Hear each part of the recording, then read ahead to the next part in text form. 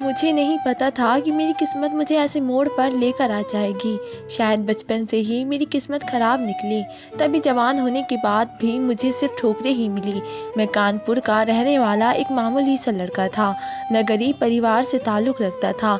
मेरी उम्र 12 साल थी जब मैंने अपना घर छोड़ दिया था, और मैंने अपना घर इस वजह से छोड़ा था क्योंकि उस घर में मुझे इंसान नहीं समझा जाता था, बल्कि मेरे साथ जानवरों के जैसा सलूक किया जाता था। बचपन से लेकर अब तक मैंने अपने माता पिता का प्यार नहीं पाया था। मेरे माता पिता मुझे बचपन में ही छोड़कर चले गए थे। मेरे 3 भाई थे, जबकि मेरे पिताजी के छोटे भाई यानी मेरे चाचा, उनके पास कोई औलाद नहीं थी। मेरे माता पिता ने मुझे मेरे चाचा के हवाले कर दिया और वे लोग दूसरे शहर चले गए। मेरे चाचा चाची ने मुझे अपनी औलाद बनाकर पाला, लेकिन जब मैं 5 साल का हुआ तो एक ऐसी खबर सुनने को मिली जिसे सुनकर चाचा चाची के पैर ज़मीन पर नहीं थे। उनके घर में अपनी औलाद आने वाली थी। तभी से ही उन्होंने मुझसे प्यार करना कम कर दिया, और जब उनकी अपनी औलाद हो गई तो उन्होंने मुझे घर में रखे किसी कबाड़ के सामान की तरह इस्तेमाल करना शुरू कर दिया। मेरी चाची मुझ पर बहुत जुल्म किया करती थी। अपनी औलाद हो जाने के बाद उन्होंने मेरे साथ गलत रवैया पेश करना शुरू कर दिया था। उनका व्यवहार मेरे साथ अच्छा नहीं रहता था। उन्होंने मुझसे छोटी उम्र से ही घर के सारे काम करवाए। हालांकि मैं लड़का था, लेकिन तब भी वे मुझे नौकरों की तरह इस्तेमाल करती थी। मैं उस घर में नौकरों की तरह रहता था। जब मैं 12 साल का हुआ तो मैं उन सब बातों को तंग आ चुका था और अब चाहता था कि ये घर छोड़कर कहीं दूर चला जाऊं। चाचा चाची भी चाहते थे कि अभी किसी तरह से अपने सगे माँ बाप के पास चला जाए, लेकिन मेरे सगे माँ बाप मुझे रखने के लिए तैयार नहीं थे। मेरे चाचा को लगता था अगर मैंने उसको पाल पोस कर जवान कर दिया तो बड़ा होने के बाद ये भी मेरी जायदाद में से मुझसे हिस्सा मांगेगा, क्योंकि अब सारी दौलत मेरी अपनी औलाद की ही होनी चाहिए। इसलिए उन्होंने भी मुझ पर रहम नहीं खाया और वे भी चाहते थे कि मैं इस घर से निकलकर कहीं दूर चला जाऊं। अब उनके घर में मेरे लिए कोई जगह नहीं बची थी, इसलिए एक दिन मैंने ठान लिया कि मैं घर छोड़कर चला जाऊंगा।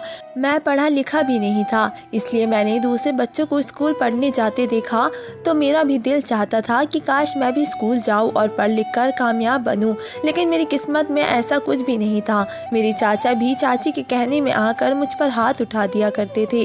उस वक्त घर में मेरे साथ बहुत जुल्म होते थे। वहाँ पर मेरे साथ नौकरों को जैसा सलूक किया जाता था। एक दिन मैं खाली हाथ ही उस घर को छोड़कर स्टेशन की तरफ चला गया और ट्रेन आने का इंतज़ार करने लगा। फिर कब मैं ट्रेन में सवार हो गया मुझे कुछ पता ही न चला। आधा रास्ता गुजर गया जब टीटी ने मुझसे टिकट मांगा। टिकट तो मैं उसे तब देता जब मैंने टिकट खरीदा होता। मैं तो बस ऐसे ही ट्रेन में बैठ गया था। पता नहीं मेरी मंजिल क्या थी और मैं कहाँ जा रहा था। मैं अपने पास बैठे हुए आदमी के कंधे पर अपना सर छुपाने लगा। उस आदमी की उम्र लगभग 55 साल से ज़्यादा थी। अपने पहलू में छुपा हुआ देखकर वे मुझसे पूछने लगा, अरे लड़के कहाँ जा रहा है, कहाँ छुप रहा है तू। तभी मैंने उस आदमी को अपनी सारी कहानी सुना दी। मेरी कहानी सुनने के बाद वह आदमी मुझ पर तरस खाने लगा। उसे मुझ पर ख्याल आने लगा और बाद में मुझसे कहने लगा, तुम्हें इस तरह अपने घर से नहीं निकलना चाहिए था। चलो मैं टीटी से बात करता हूँ और तुम्हें अपने घर के पास कहीं टिकट कटवा देता हूँ। मैंने उनसे कहा कि साहब मैं आपके घर जाकर क्या करूँगा। तो वह आदमी मुझसे बोला, तो फिर तुम कहाँ जाओगे। वह आदमी मेरी तरफ बड़ी बेचैनी से देख रहा था। ऐसा लग रहा था जैसे उसे मेरी बहुत फिक्र है। मैं उनकी तरफ देखकर खामोश हो गया था। तभी वह मुझसे कहने लगे, तुम ऐसा करो मेरे साथ मेरे घर चलो। वैसे भी काम करने के लिए मुझे एक लड़के की ज़रूरत है। मेरी 4 बेटियां हैं, मेरे पास कोई बेटा नहीं है।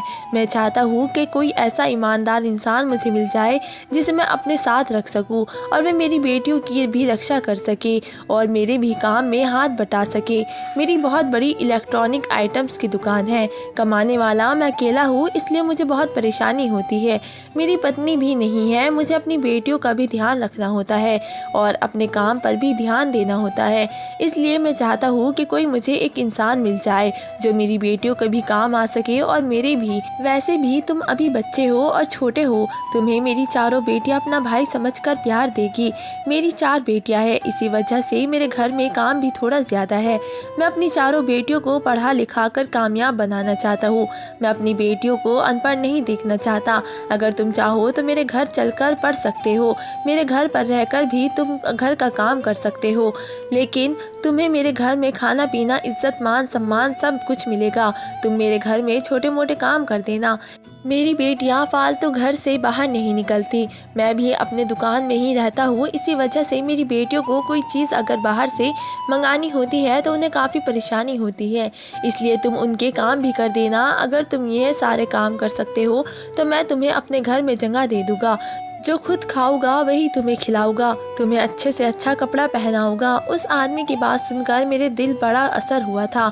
मैं अपने घर से सुबह शाम नौकरों की तरह काम ही करता रहता था और जलील भी होता रहता था। मैंने सोचा क्यों ना मैं इस आदमी की सेवा करूं, तो ये मेरे लिए भी कुछ ना कुछ ज़रूर करेगा, जिससे कि आगे की ज़िंदगी मेरी सुकून से गुजर जाएगी।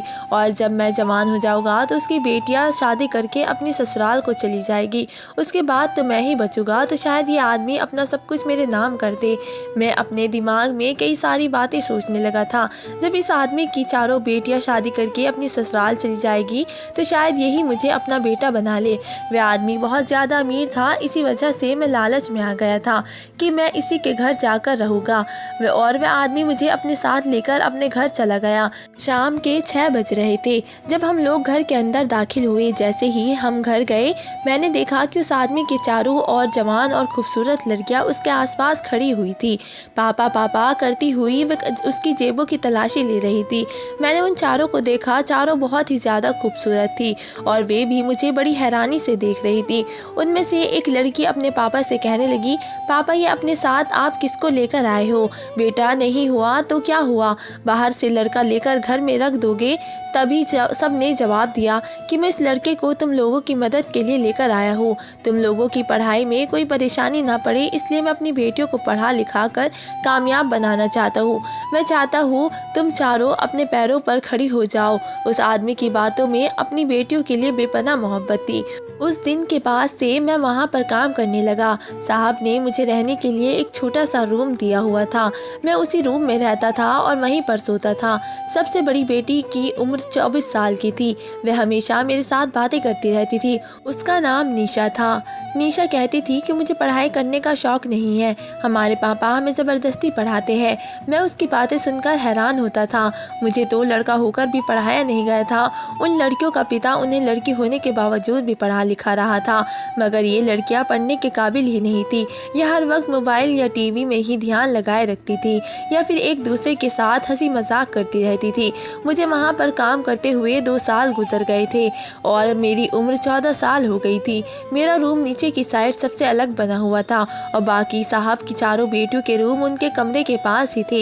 एक रात मैं अपने रूम में सो रहा था, तभी मुझे अपने कमरे के दरवाजे पर हल्की हल्की सी दस्तक महसूस हुई। मैं आंखें मलते हुए उठा। मुझे बहुत तेज नींद आ रही थी।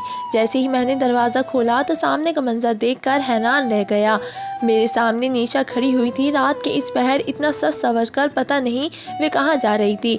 मैंने उसे बड़ी अजीब सी नज़रों से देखने लगा, लेकिन फिर उसकी बातचीत से और ढाल चाल से लग रहा था कि वे कहीं जा नहीं रही बल्कि मेरे कमरे में आ रही है। मैंने उन्हें रोक कर पूछा, निशा आप रात को इस टाइम मेरे कमरे में क्या कर रही हो? और वे मुझसे कहने लगी, मुझे तुम्हारे कमरे में एक काम है, इसलिए तुम इस कमरे से चले जाओ। इतना कहकर उन्होंने दरवाज़ा खोला और मेरे कमरे में दाखिल हो गई।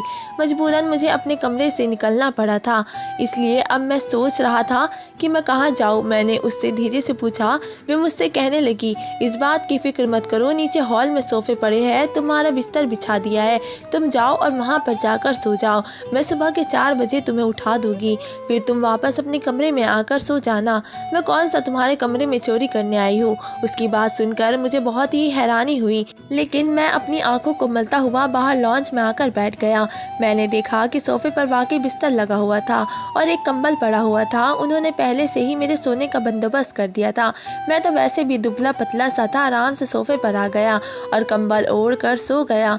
मुझे ठंड नहीं लग रही थी, तब मुझे गहरी नींद आ गई। मुझे कुछ पता नहीं चला। जब सुबह मेरी आँख खुली तो सुबह के 4 नहीं बल्कि सुबह के 8 बज रहे थे। आँख खोलकर मैंने देखा तो मेरे सामने साहब खड़े हुए थे।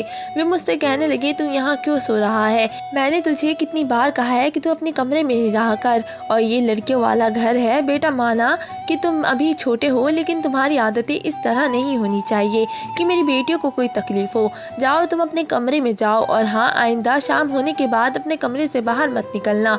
सारे काम शाम होने से पहले ही निपटा दिया करो। साहब की बात सुनकर मैं घबरा सा गया था। निशा वाली बात मेरे दिमाग से निकल गई थी। मैं खुद को शर्मिंदा महसूस करता हुआ वापस अपने कमरे में आ गया। सुबह का काम शुरू होने में अभी 2 घंटे बाकी थे, मगर जैसे ही मैं कमरे में आया मैंने देखा कि मेरे कमरे में एक अजीब सा हाल था। मेरे कमरे में खाने पीने की चीज़ों के खाली रैपर पड़े हुए थे। लगता था मेरे कमरे में कोई पार्टी की गई है। मगर फिर मेरी नज़र नीचे कांच की चूड़ियाँ पर पड़ी तो मैं हैरान हो गया। निशा यहाँ खाने पीने आई थी या फिर कुछ और करने? इतनी ज़्यादा सजावट मेरे कमरे में करने की क्या ज़रूरत थी? मैं हैरान होकर इधर उधर देख रहा था कि मुझे दूसरे कमरे से एक लड़की के चीखने चिल्लाने की आवाज़ आने लगी। आवाज़ सुनकर जैसे ही मैं कमरे से बाहर गया तो मैंने देखा कि आवाज़ निशा के कमरे से आ रही है। निशा की ज़ोर ज़ोर से चिल्लाने की आवाज़ सुनकर जैसे ही मैं उसके कमरे में गया तो वे चिल्लाने की आवाज़ आना बंद हो गई। साहब जो पहले अपनी बेटियों पर चिल्ला रहे थे और उनकी बेटी उन पर चिल्ला रही थी, वे दोनों एक ही दम खामोश हो गए और साहब मुझसे कहने लगे, तुम यहाँ क्यों आए हो? मैंने तुम्हें यहाँ बुलाया तो नहीं, तो फिर तुम यहाँ क्या करने आए हो? साहब कुछ गुस्से में लग रहे थे और मुझे अजीब सी नज़रों से देख रहे थे। मजबूरन मैं कमरे से बाहर आ गया। बाहर आते ही दोबारा से चीखना शुरू हो गया और निशा चिल्ला रही थी, पापा मेरे बाल छोड़ दो, मुझे दर्द हो रहा है, ऐसा मत करो, मुझ पर रहम करो। चिल्लाती हुई निशा की आवाज़ सुनकर मुझे डर लग रहा था। न जाने ये सब क्या हो रहा था। मैं अपने दिल में सोचने लगा, मैंने कोई कसूर तो नहीं किया, ऐसा तो नहीं हो सकता। पर मैं अपने कमरे में आकर बैठ गया था क्योंकि साहब ने मुझे आज तक कोई काम नहीं दिया था। फिर साहब दुकान की चाबी लेकर दुकान पर चले गए। मैं नहीं जानता था आज रात को ऐसा क्या हुआ था जिसकी वजह से साहब इतना गुस्सा कर रहे थे। सारा दिन गुजर गया और रात होने में कुछ ही समय बाकी था तो निशा मेरे कमरे में आई। उनकी आंखें सूजी हुई थी। वे मुझसे कहने लगी, सुनो राहुल, मुझे तुमसे एक बात करनी है। मैं उठकर खड़ा हो गया और उससे पूछा कि क्या हुआ, बताए। मेरी बात सुनकर वे बैठ गई थी और मेरे सामने रोने लगी। उन्होंने रोते हुए मुझे बताया, मैं तुम्हें क्या बताऊँ राहुल, मेरे पिता हमें इंसान नहीं बल्कि जानवर समझते हैं। उनका कहना है कि पढ़ाई लिखाई करो और अपना नाम बनाओ। वे पहले से ही बहुत ही बड़े लालची इंसान हैं। वे अपनी बेटियों की कमाई खाना चाहते हैं। वे चाहते हैं कि मैं नौकरी करूं और अपनी कमाई लाकर अपने पिता के हाथ में रख दूं। लेकिन अब जबकि मेरी उम्र काफ़ी हो गई है, इसलिए मैं शादी करना चाहती हूँ।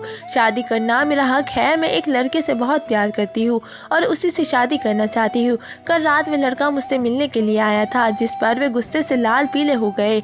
उस वक्त उन्होंने कुछ नहीं कहा, लेकिन बाद में शक हो गया और मुझे इतना पीटा, इतना मारा कि मेरा दिल चाहा कि मैं अपनी जान ले लूं। क्या तुम मेरी मदद करोगे? निशा कहने लगी, राहुल तुम रोज रात को बाहर सोया करो और सुबह होने से पहले ही मेरे कमरे में वापस आ जाया करो। मैंने निशा की बात सुनकर हाँ में सर हिला दिया। निशा रोज रात को मुझे मेरे कमरे से बाहर भेज देती और सजी सवरी मेरे कमरे में आ जाती और सुबह होने से पहले जब मैं कमरे में वापस जाता तो मेरे कमरे का हाल बिखरा रहता, टूटी चूड़ियाँ पड़ी रहती। मुझे समझ न आता कि आखिर निशा मेरे कमरे में आकर करती क्या है। एक दिन मैंने निशा के कमरे में जाकर देखा तो मेरे होश उड़ गए। निशा कमरे में एक लड़के के साथ। फिर मुझे लगा निशा ने सारी बात मुझसे झूठ कही थी। साहब एक अच्छे इंसान है, वे अपनी लड़कियों को जुल्म नहीं करते, बल्कि निशा एक लड़के से मिल रही थी, शायद साहब ने उसे रोका था। वे तो उनसे इसलिए लड़ रही थी कि फिर मैंने सारी सच्चाई साहब को बता दी तो साहब ने मुझे ऐसी बात बताई जिसे सुनकर मेरे होश उड़ गए। साहब ने कहा, मैं अपनी बेटियों को बहुत प्यार करता हूँ। मैं चाहता हूँ कि वे अपने पैरों पर खड़ी हो, क्योंकि आने वाली ज़िंदगी में बहुत कठिनाइयाँ देखनी पड़ती है। मैं उनकी शादी भी करना चाहता हूँ, लेकिन एक अच्छे ख़ानदान में और एक अच्छे लड़के से। निशा जिससे प्यार करती है वे एक शादीशुदा लड़का है और वे फ्रॉड है और वे उससे टाइम पास कर रहा है। पर निशा की आंखों पर पर्दा पड़ा है, उसे ये सब नहीं दिखाई देता। मैं उसे रोकता हूँ तो वे मुझे अपना दुश्मन मानती है। अब मुझे समझ आया था कि साहब एक बहुत अच्छे इंसान है जो अपने बच्चों के बारे में भला ही सोचते हैं। फिर एक दिन जब मैं सामान लेने जा रहा था तो निशा जिस लड़के से प्यार करती है वे अपनी बीवी के साथ होटल होटल में बैठा था, तो मैंने कहा निशा को बुलाने का अच्छा मौका है और इसकी आंखों से हटी पट्टी भी खुल जाएगी। मैंने निशा को फ़ोन करके बुलाया तो निशा वहाँ पर आ गई और उस लड़के को देखकर उसके पैरों तले से ज़मीन निकल गई। उसने उस लड़के को रंगे हाथों पकड़ा था, तो वह कहने लगी ये लड़की कौन है। तो उसकी बीवी बोली कि ये मेरे पति है, तुम कौन होती हो। ये सुनकर निशा के होश उड़ गए। वे वहाँ से रोती हुई पीटती हुई घर वापस आ गई। उसने अपनी गलती का एहसास हो गया था और वे अब अपने पैरों पर खड़ी होने के लिए तैयार थी। उसने अपने पापा से माफ़ी मांगी थी और ये सब सुनकर साहब ने मुझे बहुत शाबाशी दी कि तुमने मेरी बेटी की आंखों पर लगी पट्टी खोल दी है। और साहब ने मुझे अपना बेटा मान लिया और जायदाद में से चारों बेटियों के हिस्से के बाद एक हिस्सा मुझे भी दे दिया और आज मैं अपने काम कारोबार में बहुत खुशी से रह रहा हूँ। और साहब ने अपनी चारों बेटियों की शादी भी कर दी है और साहब ने मेरी भी शादी कर दी है। मैं अपनी बीवी के साथ बहुत खुश हूँ। अब मैं साहब को बाबा कहता हूँ और मेरी बीवी मेरी बाबा का बहुत ही ध्यान रखती है। दुनिया में अपनों के होते हुए भी मुझे गैरों ने सहारा दिया था, इसलिए ये बात कही गई है अपने तो अपने होते हैं, लेकिन जहाँ अपने नहीं होते वहाँ गैर भी बहुत होते हैं। तो दोस्तों, आपको मेरी कहानी कैसी लगी मुझे कमेंट करके ज़रूर बताएं। मिलते हैं एक नई वीडियो के साथ, तब तक के लिए धन्यवाद।